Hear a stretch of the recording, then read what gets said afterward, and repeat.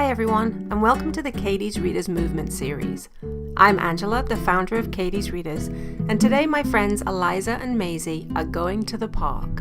We're going to be having fun with hula hoops, skipping ropes, and balls. But first, we need to make sure we protect our skin from the sun's harmful rays and drink lots of water throughout our activities. First up, the hula hoop. While this looks just like a fun game for children to play in the park, there are so many benefits to practicing with a hula hoop, not only to the body, but also to the brain. It's great for coordination, for flexibility, particularly in the hips, for focus, proprioception, which is the awareness of where our body is in space. It's really good exercise. If you do it outside, you're getting lots of fresh air. You're using both sides of the body and therefore the brain. It also releases endorphins in the brain, which is associated with feelings of pleasure and motivation and social connection, and it's fun. With all these exercises, you will find that it's much easier to work with one side than the other. Whether that's left or right is up to the individual. We call this dominance. The easier side is your dominant side. But it's really important to practice on your non-dominant side also. Remember, when we're using both sides of the body, we are also using both sides of the brain, and we want it to be balanced. As you can see, it's much more challenging to work with the non-dominant side, but practice makes progress. Another activity you can try with the hula hoop that has the same benefits is to just use arms. Don't forget, whatever you do on the right side, always try to do on the left side, even if it's more challenging.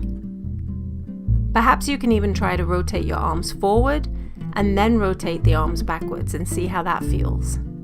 Whenever we challenge our body in this way, we are challenging and helping our brain.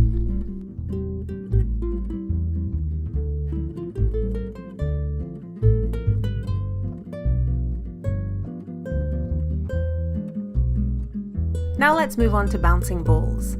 I bet you never thought that bouncing balls is helpful to the brain. Notice how Eliza first bounces with her right hand and then with her left hand. And then she alternates between the two. This very simple activity helps use both sides of the body and therefore both sides of the brain. It's really good for hand-eye coordination, focus, proprioception, and if you can get into a good rhythm, it's actually quite relaxing. And now for skipping rope. This is probably one of the most challenging activities as far as coordination goes. You will notice that initially Eliza started out using her right foot. This tells me that she is probably right foot dominant.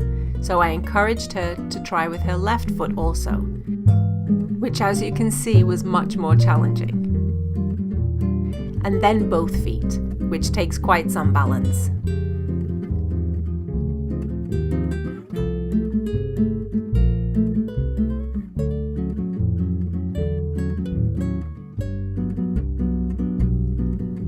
Maisie found it easier to do a running skip. She also started off using her right leg, and then I encouraged her to try again using her left leg.